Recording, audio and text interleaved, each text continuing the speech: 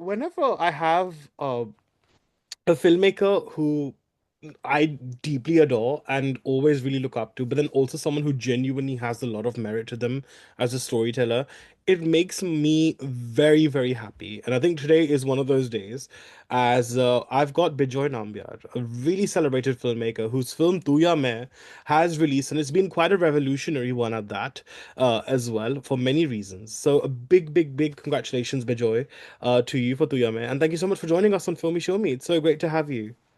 Thank you. Thank you so much for having me. Right. So, Bijoy, I think when I watched Tu Yaa Main, a lot of things really jumped out at me. I felt like, in a way, you traced your initial roots to Shaitan, and I think I could see the sort of the way you use the camera techniques to really portray Mumbai. A pulsating song like how you had Josh in Shaitan, you had another one here and the opening credits to really showcase the culture, the bustling culture of Mumbai. And then you also had like your sort of noir aspects when the underwater sequences were there. There were so many things that I think was very you as a filmmaker. Um, did you at any point whilst making Tuyame kind of feel like your younger self as a filmmaker really sort of coming back through? I think when you were making the decisions, when you were taking those camera shots and choosing those sort of color palettes as well.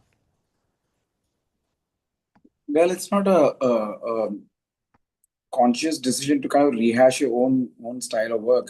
Um, i- if it reminded you of that, I guess intrinsically I have a certain grammar in the way I stage my scenes and I execute uh, my script. So I guess somewhere that uh, the style forms a pattern. But having said that, it's not a conscious thing to try and mimic or redo what you've done before. In fact, you're trying to find new ways to do things, which will stand on its own 2 feet and still justify what you're trying to do, and find a style within that. So this the script and the setup allowed me to kind of um jump into maybe familiar terrain, but still try and do something new with it. So um, be it the introduction of these two characters and the two different, uh, completely drastically different worlds that we had to explore. It gave me a lot of material just by the setup of it to try and do what I could do. Absolutely. No, and I think you did a very, very good job. And I think also what I loved about this film in particular, it was a very beautiful marriage between Anand Rai's like sort of vision as a filmmaker and yours as well. I've often said that I think for me, Anand Rai's beauty is the two extremes that, the extremes that his films go to. And I Mhm. think the fact that, there's always often, especially the main protagonists in his films, are often like a male character who is kind of on the who's obviously someone who's kind of on the periphery of the social economical sort of strata. Then you have the girl who comes from a more privileged background, but is also equally emotionally very distressed. And when those two energies come together, the chaos that unfolds, the chemistry that also unfolds, is something which I find deeply, deeply fascinating about his work. Now, with you in particular, I've also found that privilege that sort of curdles into emptiness, violence as emotional release, masculinity under strain, and youth that are unhinged are definitely sort of themes which you've often carried. So I would, if you could please also just dissect a bit more about the themes as well of Tu Yaa Main. Well, I've been a big fan of his films. I really liked uh, um, a lot of his work from his filmography, be it Tanu Manu, be it Ranjana, be it Tereshme, the recent Tereshme. In fact, even Zero, a lot of people don't like Zero. I actually Yeah, like a lot of same. a lot of Zero. I actually do like. So, but no, wait. Let me talk about Atrangire. I think that's a very heavily underrated film. I loved Atarangire. I loved the premise of it. I love the guts with which he made that film. So those are films I really liked, and of course it's a different school of filmmaking, different, and the fact that he wanted to explore this and he wanted to try and explore this new genre with me, that itself was a a big ask. I was quite. I mean, he had offered me something else before, which didn't work out. But when he came back with this, and it was so exciting for me, and I'm just grateful that he thought of me for this, and I'm just grateful that he gave me an opportunity to do something so different.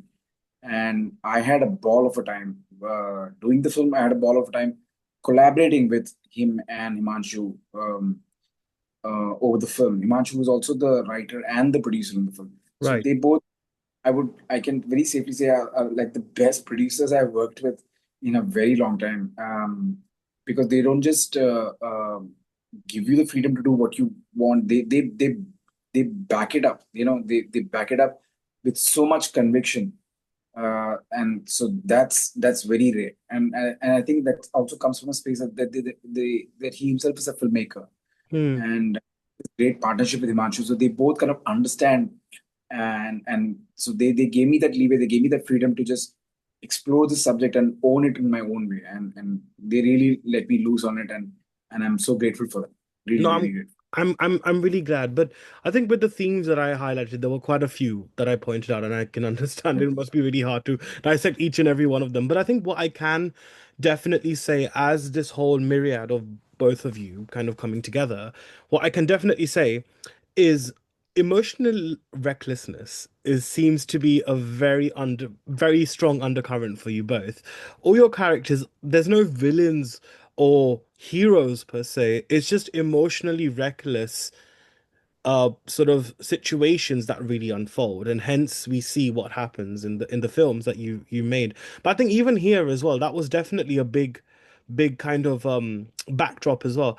So what is it about this theme, I think, Bijoy, that you really resonates with you about being emotionally reckless and then also using it through the lens of the youth as well? Um, I guess that is something appealing in that. There's something truly appealing in emotionally reckless characters, characters who don't really conform, and who don't really uh, um, they definitely have way more grays than black, and that lends itself to very interesting storytelling for me. I mean, they've always drawn me to it. So, and of course, keeping the youth in mind, it kind of, because my first film was that, I guess that's also my a bit of my comfort zone. So I have grown up a lot since Shaitan, but I still go back to that age group, and youthful emotional recklessness is something I like to tap on more. And initially, I guess I thought maybe as a filmmaker I still want to be relevant, but I realized that it's actually the reason is far more deeper for me. It really appeals to me a lot. When I see the youth around me not behaving recklessly, but I seem to draw a lot from the people around me. So if even my team that I work with are fairly young. I have a very young team that on Tu Yaa Main, who worked with me on Tu Yaa Main, uh, and I love the fact that I was able to bounce a lot off them, and I was able to draw from them, and I was able to get their inputs also, and there were a lot of times where they would keep me in check, and they would tell me how this is not an accurate portrayal. So I guess all those things makes your storytelling far more honest. Absolutely. No, I love that. And I think also for me I think the visual grammar of your films are very edgy. They're very abrasive and they're very immersive. I think immersive is the right word. And I think, they make you feel discomforted, but the way you portray it, I think is what really is the beauty about you as a filmmaker. I mean, I remember watching Taish, and Dish is a very dark film. In fact, I think it's Mm. probably your darkest film, might I add, actually, in terms of whatever you've created so far. Though it was quite cool to see Harshvardhan Rana in a jumpsuit, which I've never seen a criminal in the UK wear before, but that was really interesting. But I remember feeling very discomforted, but then I was also equally just immersed by the visual tropes that you had, even though it was an earthy, gritty film, but yet you managed to have your handheld cameras, your neo and shadow heavy palettes, rapid cuts, the jump edits, the grit over the polish, which is what I genuinely really admire. And I think you've had that here as well. Like, you've had the cinematography, which is really ace, the edits are sharp. Um, and almost in a way, it's kind of tongue in cheek, even in the situations. Like, for example, I remember seeing this one shot where Shanaya Kapoor is going under that tunnel, right? And she's lifting it up, and the mobile is still playing the Yara Dildara song in the background. The ringtone is still all going, and the guy's hand is there, and it's still a hovering the fall, but yet you're still amused at the fact that literally, and then also the dialogue that you had, Achhi Khasi, what is it? Gully boy se Sairat ban gayi meri zindagi, right? I mean, how, as a filmmaker, how do you balance that, your visual aesthetics and your vision as a storyteller with the grit, with the darkness of the context that you're showing as well? Um, See, the darkness and the grit, all of that stems from the tonality of your story, how authentic you want the story to be, how hard you want it to hit.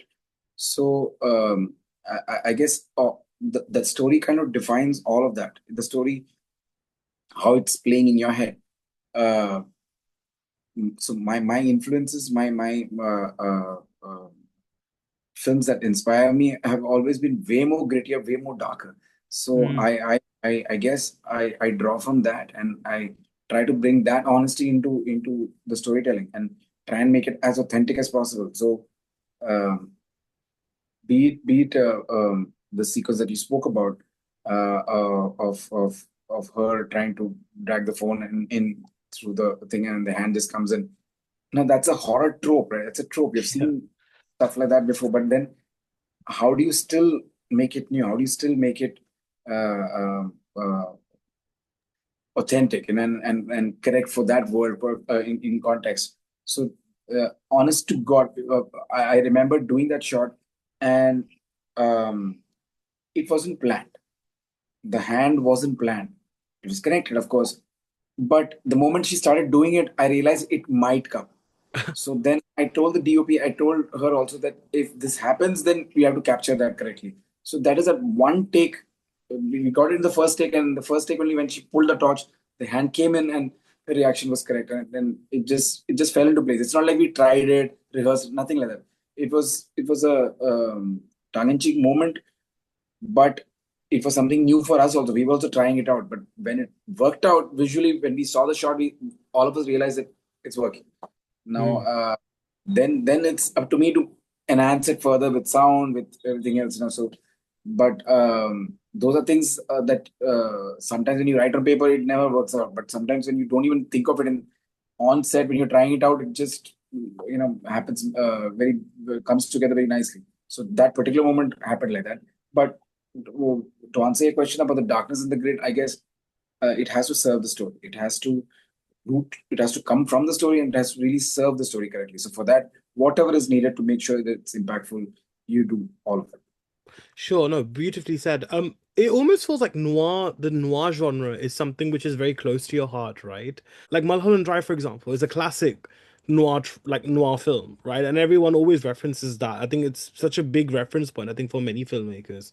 So what would you say is kind of those films or those filmmakers that have really kind of been your foundation as a storyteller, and that's continued since till Tu Yaa Main as well?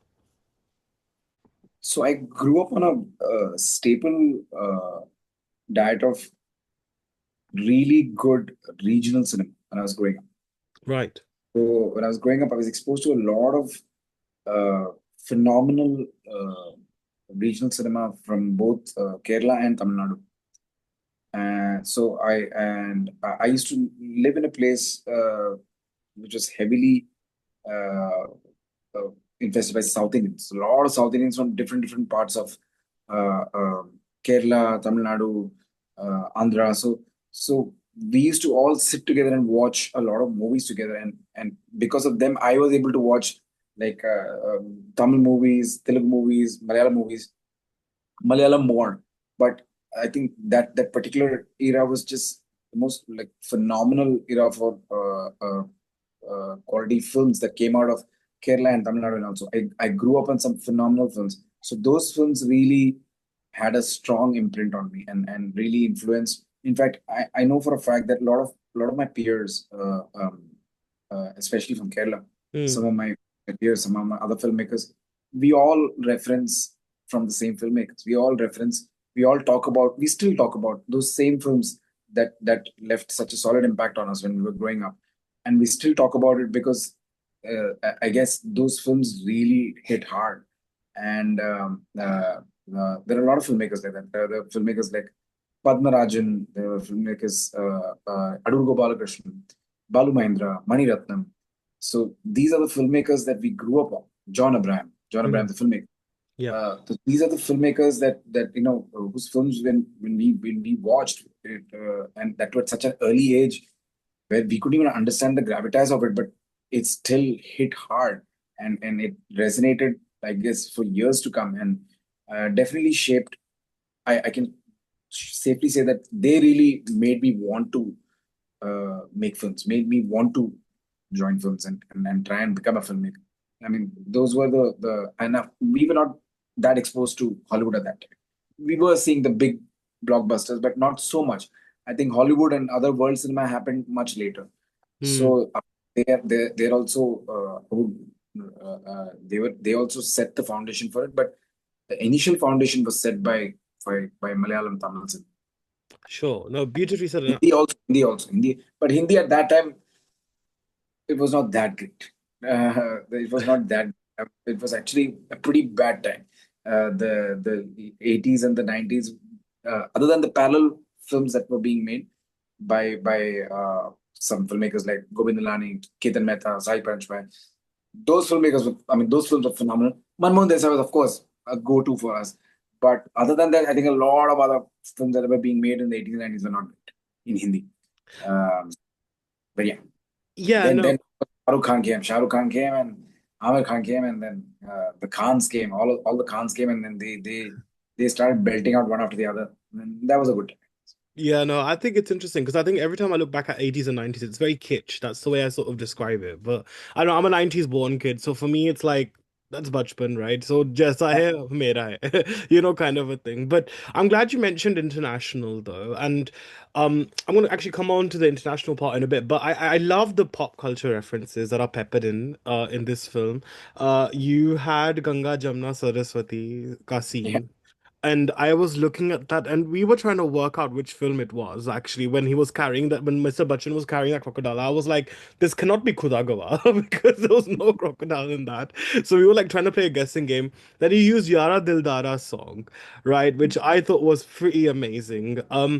There were so many other references in the film as well. And I remember in Shaitan, I think the most memorable sequence for me of your filmography is Khoya Khoya Chand. When that shootout is happening, I think it's Rajiv Khandelwal who's doing that shot, and you've got Mickey McCleary's version of Khoya Khoya Chand, the remix, sort of playing, which has kind of got a bit of a reggae feel to it. Slow motion में गोलियां चल रही है खोया खोया चांद, and I was like, again, a dark situation. You've used a very romantic sort of retro Bollywood song. And then again, when the first crocodile attack happens in Tu Yaa Main, you've got a lovely Bollywood romantic song in a dark situation. Bijoy, what is this behavior? Why are you always having a romantic Bollywood backdrop song at a dark time? Tell me about this theory, please, because I would like to know this. that's because I look at music as a device to further my story.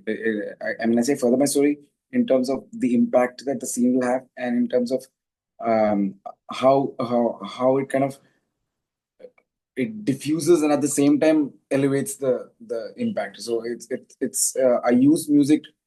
um, I like to use music in a very in a slightly off kilter way, which I think um, I'm not trying to create a signature style as such, but it I enjoy that a lot. I personally enjoy using music a lot in my films. So a lot of my films I have a lot of music in them Yeah, because I use it as part of the narrative and use it as part of pushing the story forward, and not just as set pieces and songs which are like choreographed. I don't do choreographed songs. I do action choreography on songs. Like Rabdi, for instance, was we I remember we always had Rabdi, but the action was already designed for Rabdi. We had right. planned the shots and planned the sequences for Rabdi. So that kind of choreography we have done.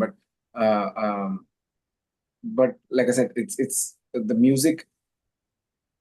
It really is. It's like a massive tool for me when I'm writing, when I'm staging. It really helps me set the tone for what kind of a film I'm making. There are a lot of times when I even before I start shooting, I need like one piece of music. There are music collaborators who I keep hounding them to give me something close to what I'm looking for. And once I get that, then that becomes the driver for me.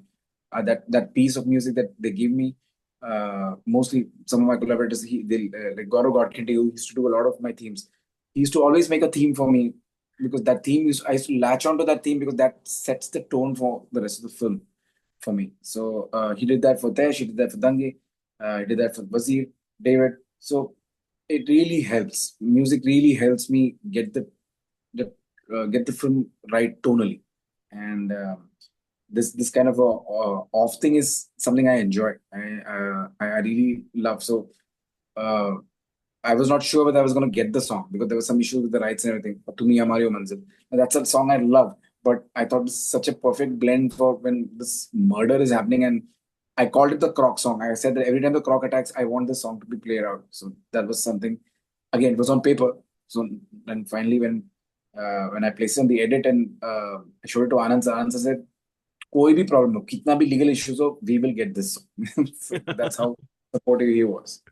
Brilliant. No, so good to hear that because I think it's very important also for the viewers watching this. If you're wondering what Rabdi is, so Rabdi is a song from the film David with Bejoy made in 2013, and I absolutely love that album. And I think the film is super underrated as well. And Rabdi is a song which I remember actually. So my nani had passed away actually in 2013, and the I'm sorry. album of Rabdi had come on, and I remember me and dad we had just gone to drop my mom off at the airport, and I was just playing some music, and then we had the auxiliary wire and all. So I played this song, Rabdi, from on the phone. My dad just piped, he turned up the volume, and he goes, "Ye gana na bahut acha hai." And it was just perfect for that because we were obviously grieving, we were feeling very down, obviously. So that song actually, in a way, has a very strong resonance. So I was talking to Bijoy before we began this interview, which is why he's referenced it in the response, which is why I'm just sort of giving a bit of a backstory for Context. Yeah. that. No, but I think it's great, and I do love even that Kishore Kumar song that's kind of been remixed as well. That's also really lovely as well. Yeah. That's also a great one as well. But I think also your love for Hindi cinema is definitely kind of there. I think in all your films, you've kind of got some sort of a reference or the other. Um, but also, I think there's lots of international hat tips as well. Obviously, when I see, like, obviously, there's the pool, the Thai film, The Pool, which obviously has been spoken about a lot. But I do, I've seen the trailer of The Pool, and this does seem very significantly different, though, from it. It's not I'm sure the concept is obviously like it's inspired by or whatever, but the actual film itself seems very Indian for sure. It's definitely for the audiences that it's made for. But also it kind of reminds me of Robert Rodriguez's kind of genre of like, I don't know if you've seen Piranha before, but as soon as I remember seeing that picture where Shanaya's on that floaty and she's lit on that inflatable thing, and it just gave me Piranha vibes. Even Jaws as well. But at the same Jaws was a big difference for us. Jaws was what we were kind of referencing for. Piranha, not really. I've not seen Piranha. yeah, so there was a lots of like different hat tips and all of that. But I want to talk a bit about about Shanaya and Adarsh. I think they did such a phenomenal job, both of them. Seriously. And the reason why I want to loop them into this conversation is because there is something about the actors that you choose that is raw about them. There's something raw, but then also refined. It's like a very interesting, like how I mentioned Anand sir's extremes and the sort of synergy he has in his male and female protagonists. I think similar case here. The sort of qualities and virtues that they have. There's a rawness, there's a vulnerability, but yet there's also a confidence within them as well. How did you sort of extrapolate those qualities in them as actors? And I think also working with the crocodile, because he's also a very, the crocodile is also a very important point of the Yeah. narrative, right? And to make it look very organic, the reactions, where Shania was not just reduced to a scream queen. She was someone who had a very emotional backdrop, very much like how Kalki had in Shaitan, actually. Yeah. Yeah. So I would love to talk about the acting side as well. Well, from the acting side, I guess they both really understood the assignment. They really got that pat down, I feel. And it really helped that we built this together, and we built this in a very chronological fashion. So we went about it by shooting the first half. There was a lot of talk of doing the second half first because of the pool and the construction set and all, but luckily that didn't pan out. So we went about it the right way. We shot the first half and then the second half. So it really gave them that much freedom to kind of completely embody that character and adapt to that graph that was needed for the story. And so that the conversation that we had later on in the second half in the pool, they felt lived in. They felt like they earned that conversation. And kudos to both of them to bring that kind of authenticity to both their parts. And they both were absolutely terrific in the way they owned the parts. Adarsh is a natural and he's so effortless, and he really he prepped a lot to get in the he wanted to sound correct when he was rapping, so he really practiced a lot for the rapping part of it. And Shanaya on her own right got so much to the table that she just made that character so vulnerable, Yeah. and which was not on paper. Which when we realized that how she's playing it, we realized that's the strength that we need to be playing hard on, and we went and recalibrated some of the scenes and reworked it based on the strength of her performance. So they both were phenomenal in the way they owned the part and delivered. Like I couldn't have asked for a better thing. Absolutely no. I think Adarsh is phenomenal as an actor, and I think he's definitely proved his merit many, many a times.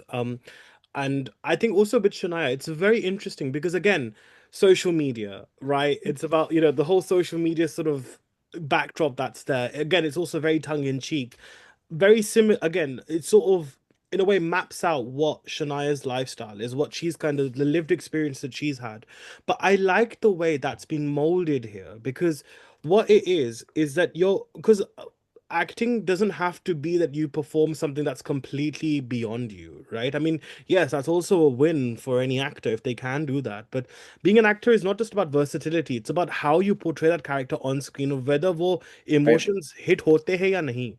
Because I think for me the biggest strength of the film, crocodile को छोड़ के वो सब survival thriller aspect को छोड़ के, that chemistry and that whether we feel towards both of them was actually the main thing. And अगर वो नहीं होता ना तो पूरी picture गिर जाती, right. and that's what my opinion is and on that. So I think for you to again, A it's lot of some of the critique I got saying that the first half is too long and the second half is the movie, But I feel if I didn't spend that time in that first half with them, it would have had the same impact in the second half. You need to kind of live with them and know them a bit more to kind of invest in them fully for the second half to deliver. So I strongly believe that even now when I was watching it again, I was like, should I have trimmed this? Should I have? And then I was like, no, but if I don't have all these experiences that Marti and Avni had, only then the rest of it really feels earned. yeah, no, 100%. And I'm totally with you on that as well. And I feel like if you didn't have that, see, because half the time, see, with survival thrillers, you know what's gonna happen pretty much most of the time. You know That's that's again gonna. one more thing. In fact, I want to address is that who makes these rules? Who makes these rules that a survival thriller has to be only this? a romantic movie has to be only this. Like, why are we as an audience setting up a preset saying that films have to be made like this? No, why can't we try like why can't we marry two genres and have a rom-com in the first half and have a survival in the second half? Like who says that we can't do that? Absolutely. So that and I'm only going by the love that I'm getting for the film, and I'm saying that okay, it has connected, it has worked for a lot of people, so that means there is merit in doing something differently. Why would we always say नहीं survival में ना तो फिर चलो सीधा pool में ही शुरू करते हैं वही पिक्चर बनाएंगे? ऐसा नहीं है, जरूरी नहीं है। नहीं, बिल्कुल भी नहीं, बिल्कुल भी नहीं. As your dialogue in Shaitan says, screw all the rules, right? So, no, but I honestly, I'm with you on this because I feel there's no dikkat in having two genres of different styles in one movie. In fact, In I'm fact, quite in the for recent it. past, I have loved certain films and certain shows which are not stuck to a genre, which have suddenly subverted the genre. Those are the shows and the movies that I've really loved in the last couple of years that I've watched, and that's because that's so original, right? Yeah. You don't know what you're in for. You're suddenly taken aback that you don't know where to slot it. Those are things that I enjoy personally. No, I'm with you on that. It's like I often give the example of Rang De Basanti actually for this Yeah, because, initially the first half is like a coming of age. It's really easy breezy, youthful, ambitious kind of kids, and then suddenly it veers into this zone where it's like I won't say survival thriller, it's a political thriller that kind of right, becomes in the second half, which is very gripping. It's far more intense and tragic, obviously. So again, it's not about you, it's how those two genres are mixed and how it's presented that right, is the crux of the matter. And I think in my opinion, Tu Yaa Main does that very well because it's not an easy thing to do. Now, this right. brings me to the survival thriller aspect, specifically the creature survival thriller aspect, because it's a very rare thing in Hindi cinema where we've seen a creature survival thriller. I mean, a few years ago there was a creature film which was what it was, and obviously it wasn't as good as it should have been. Again, hats off to the filmmakers for actually trying to do something different back then. But here, I feel like you've managed to really uh get it right, I think, because here you've got the creature aspect, and obviously, the creature is obviously following the script, right? But at the same time, you still have the sense of thrill aspect. You've got your jump scares, which are not textbook copy and paste from Western films or international films. You still got your own little touch to it, which is what I really liked. So I'd like to know actually, what was it? I think kind of working with the crocodile because obviously it's a VFX. It was VFX, right? The Predominantly. mix of real footage, animatronics, and VFX. Right. So it's technologically created. Then you've got your real reactions coming in. Again, balancing, how does one balance all of those aspects? That's one part of the question. The second part of the question is why do you think Indian cinema, specifically Hindi, has kind of not been able to make creature survival thrillers as well as they should have been? I think it's a genre that we've not really tried a lot. We're not really attempted a lot. There have been attempts made, like you mentioned, one film and couple of more films in the past, but we're not really consistently done more in that genre. So hopefully after this there'll be more people attempting this. But uh, it's like children's films don't get made in India. Very few get made. So it's a genre that we don't really do much towards. So and I feel we need to cultivate that audience. We need to give the audience an opportunity to at least watch stuff like this and not just rely on Western counterparts to show them or see what a creature features like. We can make our own, and this is an attempt towards that. So having said that, it was new tough for me because I have never done something like this. So I approached it almost like a student. I was trying to figure out what would be the right approach to do this. I was very clear that I didn't want to go the entire VFX route. So I was very clear that there has to be, if nothing, there has to be at least 3 to 4 shots of a real crocodile in the film, and I want to be able to say that we shot with a real crocodile. So, however, I managed to do that. I That was like a clear mandate that I had given my to my team that we are going to be shooting a real crocodile. So keeping that in mind, I think my team really rallied behind me and uh, made sure that I prep. I hate storyboarding. I hate uh, uh, this whole concept of previs storyboarding animation. Unless and until it's absolutely necessary, I don't do it. I've not done it in the past for so many of my films. Unless and until, like I said, it's absolutely necessary. I've gone ahead and done like a storyboarding and previs. But for this film, uh, me and the team, we really went about storyboarding, previs, and animation of every crocodile sequence. All the set pieces and the crocodile sequences were fully boarded, fully animated, fully prevised, so that we knew exactly what we were going in for. How much of it is going to be shot with the real crocodile, how much of it. So we literally divided the shots within the sequence, saying this shot is going to be a real crocodile, this shot is going to be animatronic, this shot is going to be a VFX. So VFX knew what they have to do, animatronics knew what they had to do, Hmm. and we what we had to shoot with the real crocodile. So it was literally like that. It was mapped out very clearly, and I think that prep really helped in the execution of it. But while we were doing it, of course, we did leave some elbow room for a little bit of improvisation and all that. But while we were doing it, the filmmaker in me was still not confident enough to gauge and understand what the final output will be like. Hmm. So the VFX guys were very confident, the animatronics guys were very confident, but I wasn't very fully sure how it's going to finally come together. But when I started seeing the rushes, when I started seeing the mock-ups that the VFX guys sent, and when I started seeing the edit all put together, when I saw the first sequence, I think my fears were laid to rest. And then I knew that okay, we are on to something.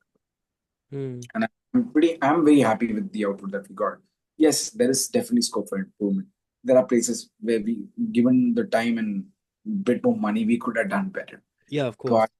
But but I think the within the limitations that we had, I think the VFX guys and the animator did a phenomenal job, and I'm deeply grateful to them for helping me achieve this and helping me execute this. They were a phenomenal bunch of people, both the VFX team and the animatronics team, No, and absolutely. my direction team who made sure that I was in check and I was doing everything by the book and not just flying off the handle and doing my own thing. They were like, "Mm, sir, this shot has to be taken." So they literally used to come with me with the book and say, "Tick mark, no, you have taken this, taken this, taken this. You need to take this." I'm like, okay.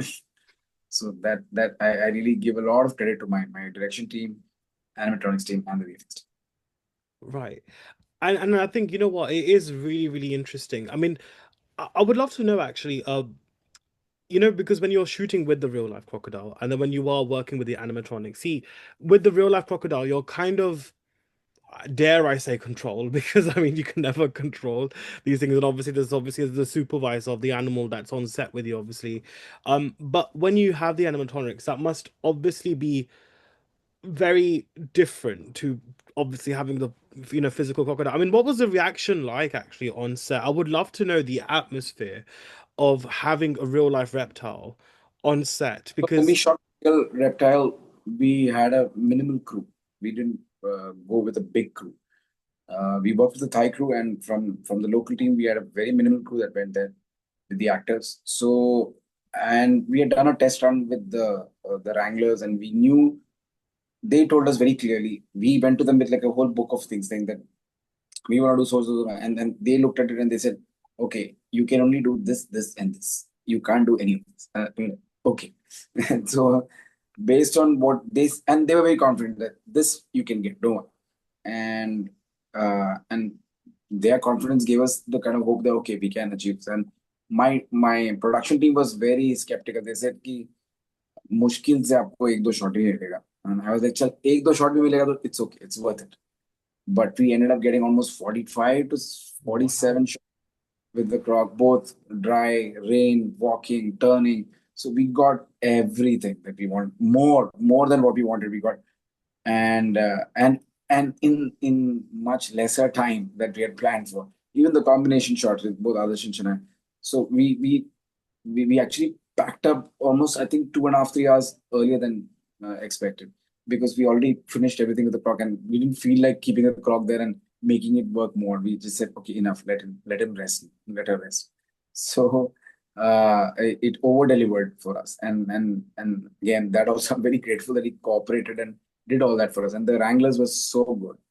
They knew when to, when to call for a break, and they knew what they need to do, and they would really set the clock correctly for the camera, to, just so that the camera, because we are at a distance, and keeping the arm of the camera, so that they would angle the clock correctly so that we could get the correct face reactions, movement, and everything. So they were terrific, and a great team in Thailand Right, to help you. amazing.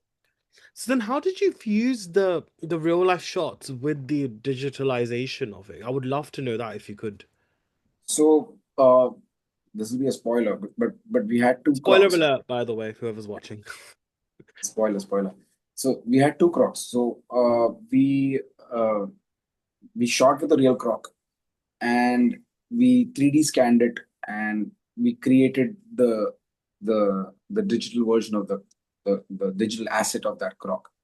And keeping that digital asset, we mimicked and created another one, and we made it and we wanted to make sure that they both are different in terms of the texture, the size, and everything. Because one's a male croc and one's a female croc. So the 3D team, the VFX team created like a 3D asset of both these crocs, and animated and showed it to us that this is the way the movement will be, this is what it will be like. So that's how the merge happened.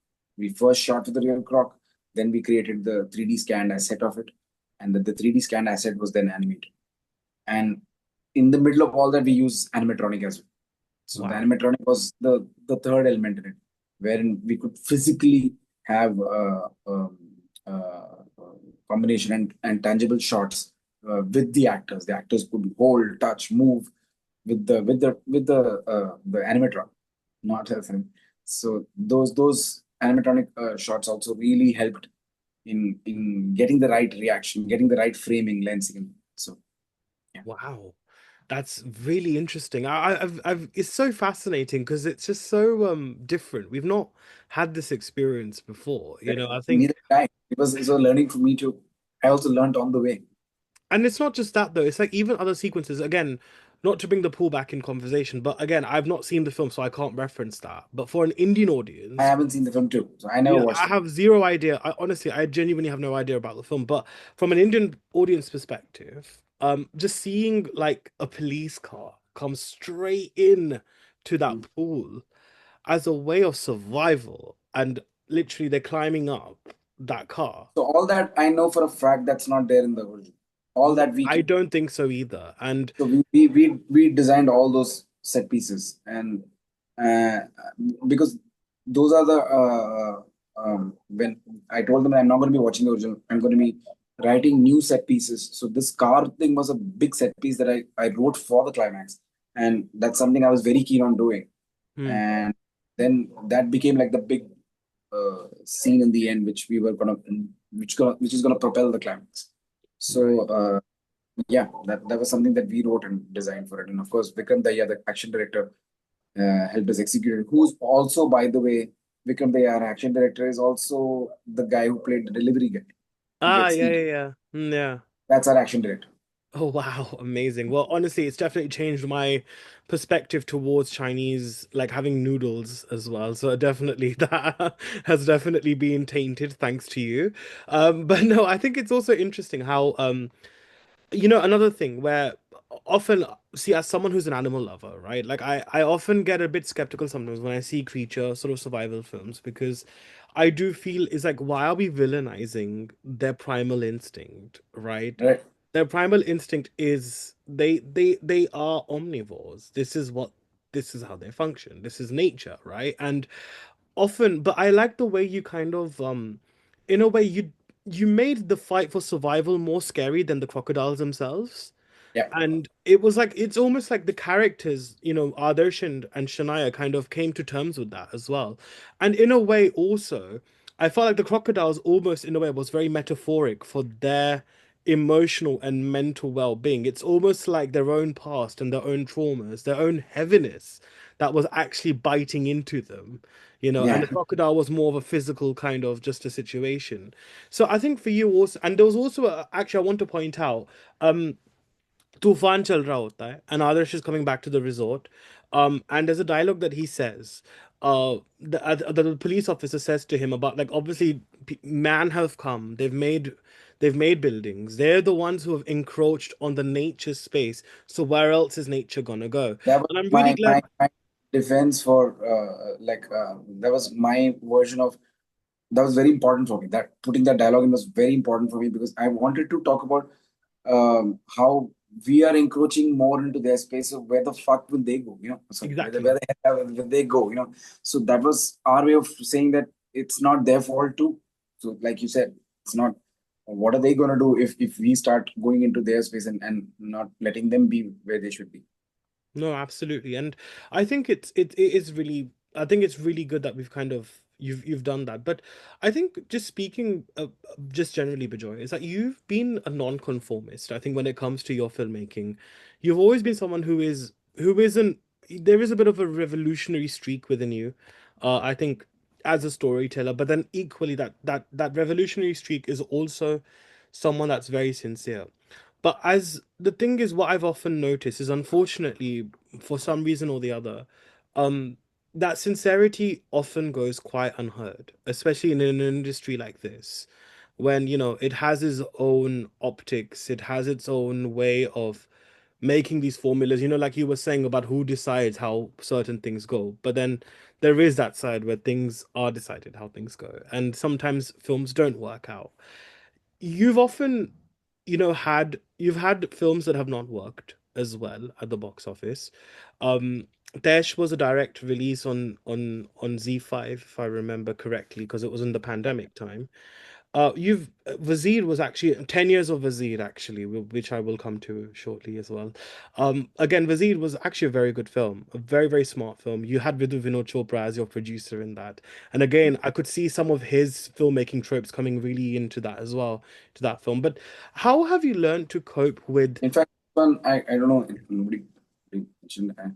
It was my own thing. The tunnel sequence of Shanaya in the tunnel and the second croc coming, Yeah, that silent interaction between the croc and her. That's my homage to Vinod sir. It's my really? homage. Yeah, that's my homage to Vinod sir's Eklavya. Eklavya had this phenomenal sequence of Bachchan and Jimmy Shegar in the theater, and Yeah. so, that's one of my most favorite sequences. It's one of my most favorite sequences that Vinod sir has done, and this was my homage to him. Really? Yeah. Wow. Oh, wow. Well, thank you so much for sharing that. That's so lovely. And this is what I'm saying, right? Like, that's your passion for cinema that's coming through. But coming back again. Yeah. I mean, again, this is something I was hoping. The name of the resort Right. is called Konkan Bay Marine Yeah. and KBM. That's Kunbari Man. Oh my God. The same font also. I again, you know what? Like, this is interesting. So I'm gonna come back to the question that I asked just a bit, but what I mentioned in my review as well about this film is that I love the fact that the pop culture references here, it created a sense of ease, I think, and comfort, because obviously it is very intense, right? And it obviously is circumstances which I hope and pray that no one ever encounters in their life. But it kind of, it adds a bit of a catharsis, doesn't it? Like when you reference these, have these pop culture references. So now that you've referenced Kate, oh my God. I'm trying to think, is there anything else that we've missed? The Rain, was Rain a Yash Chopra reference for you by any chance? Just get that cleared once and for all. No, but it's brilliant. But We played with colors though. We played with colors. If you happen to watch it again, yeah, there's something that we played with colors. Very yes, specifically, we played with colors. yeah, I Uh, noticed that. very. We were very um, clear about, and that again, it helped because we shot it chronologically. Hmm. So the moment they get together, from the moment they get together, which is when Shania calls him to meet, and he goes to meet her. at the place where this all these boats, and just before the song starts, he Mm. goes to meet, and you see the hint of red. So Yes. the red from that point on, every scene has red in it because that's the danger that they are about to Looming. Yeah, yeah, yeah, yeah. Oh, yeah. looming around them, and it becomes more, and as it progresses it becomes more, the red becomes more and more and more prominent. So that is something we played hard on, and obviously when by the time they reach the pool, then she is fully in red, so that's like all set for danger kind of thing. So that's something we worked a lot on to make sure that it slowly kind of creeps into the film. क्योंकि आपने बात छेड़ ही दी है colours की तो मैं भी एक बात बताता हूँ that basically I've also realized that you had a lot of like almost turquoise colors, right? That was there too. Like you Yeah. had a lot of turquoise that was there. You also had slight browns also. You had your browns as well, which in a way to some extent, the greens and the browns again symbolize the crocodile that was coming into the second half, right? It was kind of giving that hint. But then at the same time, I think because you had this in Shaitan also, where the blue kind of often reference and the turquoise often reference the sense of ambition and feeling free and feeling like, you can conquer the world at the Mhm. same time. So I think the way you've kind of played with that, coming back to the commercial aspect, unfortunately, as much as it hurts me to say this, but money does talk, and especially when a film doesn't do well at the box office, obviously it doesn't taint you as an artist because at the end of the day, your voice is your voice and your art is your art, right? But how difficult is it to not be phased by box office collections and the verdicts of whether a film is a hit or not? How have you tried to rise above that, I think, in your career so far? Very difficult, yeah. It's very difficult, and extremely, it's a big hindrance when you're trying to do your next, because it kind of deprives you of the elbow room that you would get if the film was financially successful. Then you get to do uh, bigger films. You get to mount bigger films. You get access to bigger stars and actors who all want to work with you because you have delivered a financial successful film. So those are the things that elude you when your film doesn't do it. Then it's literally from scratch. You're starting all over from scratch. So it's I would be lying if I say that it doesn't phase me, it doesn't affect me. No, as much as I love my films, as much as I am very proud of all the work that I've done. Extremely proud of. I'm one of those filmmakers who I like to watch my own films. So I Hmm. love my. So I'm very proud of it. But if it has not worked financially, if it's not delivered in the box office, it does prick me a lot. It definitely pricks me a lot. And with every film that I'm making, I'm hoping that this one will turn the tide. This one will connect further. So yeah. But you can rest assured, I think with Tu Yaa Main, honestly, you've made a good product. And I can tell you that with absolute surety. Like you really have. And like I said to you, it really have turned the tide with this one because, it really is a rare thing. You don't see that, every time. You don't see a film like this every time. And I really hope that more filmmakers are encouraged to take the plunge not as a copy and paste format, but just as a way that you can make something different. Because just before this film, we also had Gandhi Talks, which was a silent film, and it was so brave to put that out in cinemas in today's day and age where there's a financial crunch, but yet artistic, expressions are also getting confidence that to really put it out there to the world. So I think I'm very proud and very happy to see this silent revolution that is sort of being there. Now, as I mentioned on a final note, that 10 years of Wazir. And now I think Wazir was a big film for your filmography because it kind of brought you more into mainstream light. Um, you worked with big wigs in this film. You had Aditi, you had Amitabh Bachchan, obviously the legendary Amitabh Bachchan, John Abraham in the film, Farhan Akhtar in the movie. It was a big film and it was quite an edgy film. Again, a political thriller, but yeah, again to do with trauma and the past and almost a world that we kind of saw in David, but here you kind of expanded that and made it more geopolitical with the thriller edge. Um, I think when you look back at the filmmaker then and you look at yourself now, what would you say has been your biggest strength and how do you think you've evolved as a filmmaker? I think going forward, What sort of risks do you want to tell in your storytelling that you perhaps have not made before as a risk? I think there are a lot of stories that I want to say, which um, I'm not really getting the opportunity to do. So I'm still waiting. And over the years, from Wazir to now, that vault of stories have just been expanding, and I'm just wondering now when will I get to make these films? And they're not easy stories to tell. They're not easy stories to make also. So those are things that I guess uh, uh, I guess those stories, even though they're not made yet, but those Mm, stories have really, informed me a lot. They've really shaped me into becoming, I guess, because nothing. This is something my mentor said, that when you work on a story and it doesn't get made, it's not like your effort or everything's gone to waste. It's not. mm, You've literally you've made that film in your head. You've written it. You made it in your head. So and if everything aligns, then you will get an opportunity to execute it. But don't think of it that it's a futile exercise. So I guess over the years, all the stories that didn't get made and are still living within me, they have really informed uh, a lot, and they have really helped me become the filmmaker I am today. And I'm really hoping. In fact, I used to always sit and think about, like every year. There's this one point I think, this year have I cracked a new story or not? mm. So that, and if I haven't, it bothers me that I haven't come up with something new. So so I guess I get very excited when I get a new idea and a new story, and I hope that still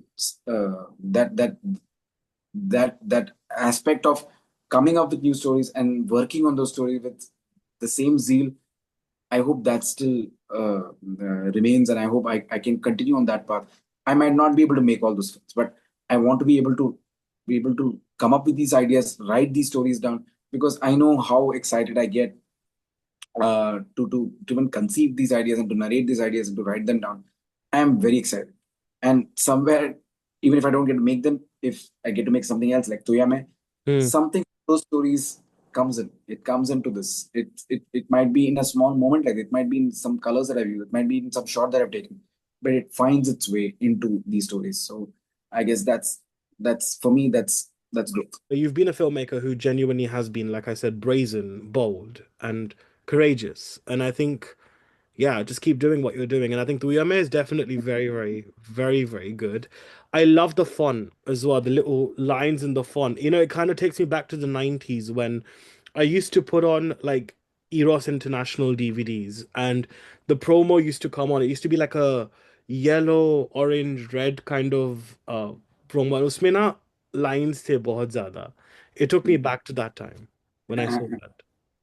So, I'm glad you connected, and I'm glad you.